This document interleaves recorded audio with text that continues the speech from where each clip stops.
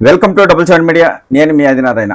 నా వీడియో చూస్తున్న ప్రతి ఒక్కరూ లైక్ చేసి, షేర్ చేసి, కామెంట్ చేసి, అలాగే ఛానల్ను సబ్స్క్రైబ్ చేసుకోవాలని కోరుకుంటున్నాను.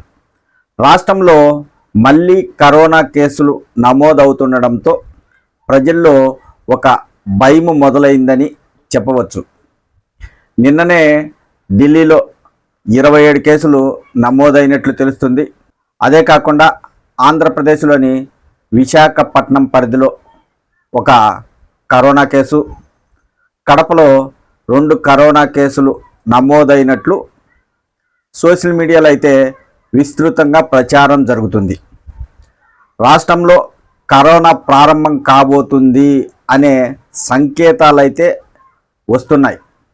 ఇప్పటికే ఆరోగ్య శాఖ కూడా కరోనాపై అప్రమత్తంగా ఉండాలి, అలాగే బస్టాండ్లలో కావచ్చు, రైల్వే స్టేషన్లో కావచ్చు, విమానాశ్రయాల్లో కావచ్చు, గుంపులుగా ఉన్న చోట నిబంధనలు పాటిస్తూ మాస్కులు తప్పకుండా ధరించాలని వైద్య శాఖ నుంచి ఆదేశాలు వెల్లడవుతున్నాయి. అయితే కరోనా ఎలాంటిదో మనకు తెలుసు. ఎందుకంటే ఆల్రెడీ కోవిడ్-19తో ఎలాంటి ఇబ్బందులు పడ్డామో ప్రజలందరికీ తెలుసు. గతంలో కోవిడ్ వచ్చినప్పుడు చాలామంది ప్రజలు మృతి చెందారు. అలాగే ప్రపంచ దేశాల ప్రజలందరూ ప్రాణాలు అరచేతిలో పెట్టుకొని జీవనం సాగించారు. ఎలాంటి ఇబ్బందులు, ఎలాంటి అవస్థలు, ఎలాంటి కష్టాలు పడ్డామో మనందరికీ తెలుసు. అసలు మనిషికి సంబంధం లేకుండా కనీసం కరోనా నిబంధనల ప్రకారం ఒక వ్యక్తికి దూరం 6 అడుగులైనా ఉండాలి అనే నిబంధనలు విధించారు. ఎక్కడ గుంపులుగా ఉండరాదని, అలాగే పరిశుభ్రత పాటించాలని, ఇలా చాలా నిబంధనలు ప్రభుత్వం అప్పట్లో ఏర్పాటు చేసింది. ఆ నిబంధనలు విధించినప్పుడు చాలా కష్టాలు పడ్డారు. కనీసం బంధువైనా, భార్య అయినా, కొడుకైనా, కూతురైనా, నాన్నైనా చనిపోయినా దాన సంస్కారాలు చేయాలంటే భయపడేవారు. మన చుట్టూ ఎంతమంది కుటుంబ సభ్యులున్నా, బంధువులున్నా కరోనా సమయంలో వ్యక్తి మృతి చెందితే అతని దగ్గరికి వెళ్ళి తాకాలంటే భయపడే పరిస్థితి. ఎంతోమంది కుటుంబాలలో భర్త చనిపోయిన వాళ్ళు ఉన్నారు, భార్య చనిపోయిన వాళ్ళు ఉన్నారు, తల్లిదండ్రులు చనిపోయి అనాథులైన పిల్లలు ఎంతోమంది ఉన్నారు. ఇలా చాలామంది ప్రజలు కరోనా బారిన పడి చనిపోయారు. అలాగే ఆ వ్యాధి ఎక్కడ సోకితే ప్రాణాలు పోతాయో అనే భయంతో కూడా చాలామంది మృతి చెందడం జరిగింది. వ్యాధి కంటే భయంతోనే ఎక్కువ మంది ప్రజలు చనిపోయారని అప్పట్లో వైద్య శాఖ కూడా వెల్లడించేది. అయితే మళ్ళీ 4th వేవ్ కరోనా రాబోతుంది, రాష్ట్రంలో కరోనా కేసులు నమోదవుతున్నాయి అనే ప్రచారం అయితే ఇప్పుడు విస్తృతంగా సాగుతుంది.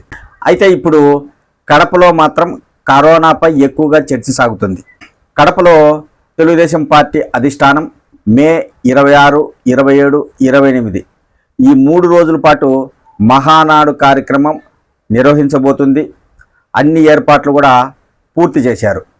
అయితే కడప రిమ్స్లో 2 కరోనా కేసులు నమోదు అయ్యాయని నిన్నటి నుంచి ప్రచారం జరుగుతుంది. అయితే వైద్య శాఖ అధికారి మాత్రం రిమ్స్లో ఎలాంటి కరోనా కేసులు నమోదు కాలేదని వెల్లడించడం జరిగింది. ఎవరు భయపడాల్సిన అవసరం లేదని కూడా ఆయన తెలిపారు. ఉదయం నుంచి సాయంత్రం వరకు కరోనా కేసులు నమోదయ్యాయని ప్రచారం జరిగిన తర్వాత సాయంత్రం కరోనా కేసులు నమోదు కాలేదని వైద్య శాఖ అధికారులు వెల్లడించడంతో ఇప్పుడు దీనిపై కడప రాజకీయ నాయకుల్లో ఎక్కువగా చర్చ సాగుతుంది. అలాగే ప్రజలు కూడా చర్చించుకుంటున్నారు. ఎందుకంటే కూటమి ప్రభుత్వం అధికారంలోకి వచ్చిన తర్వాత మొదటిసారిగా కడపలో మహానాడు కార్యక్రమం ఘనంగా నిర్వహించాలని తెలుగుదేశం పార్టీ అధిష్టానం భావిస్తుంది. అయితే మహానాడు కార్యక్రమానికి ఇక 2 రోజులు మాత్రమే సమయం ఉంది. ఇలాంటి సమయంలో కడపలో కరోనా కేసులు నమోదయ్యాయని ప్రచారం జరుగుతుండడంతో ఇప్పుడు ఆ ప్రచారం తారాస్థాయికి చేరితే మహానాడు కార్యక్రమం ఖచ్చితంగా రద్దు చేయాల్సి ఉంటుంది.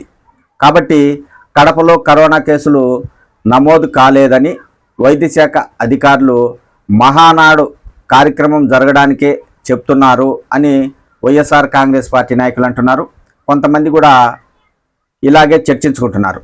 అయితే నిజంగా కడపలో కరోనా కేసులు నమోదు కాకపోతే చాలా సంతోషం. ఒకవేళ కేసులు నమోదైనా అధికారులు ఒకవేళ మహానాడు కార్యక్రమం కోసమే ఆ కేసులు బయటికి రానికుండా చేశారంటే ఖచ్చితంగా మహానాడు కార్యక్రమం అయిపోయిన తర్వాత కడపలోనే కాకుండా రాష్ట్రంలో కరోనా కేసులు నమోదయ్యాయంటే అప్పుడు నిందలు మాత్రం తెలుగుదేశం పార్టీ నాయకులు మోయాల్సి వస్తుంది.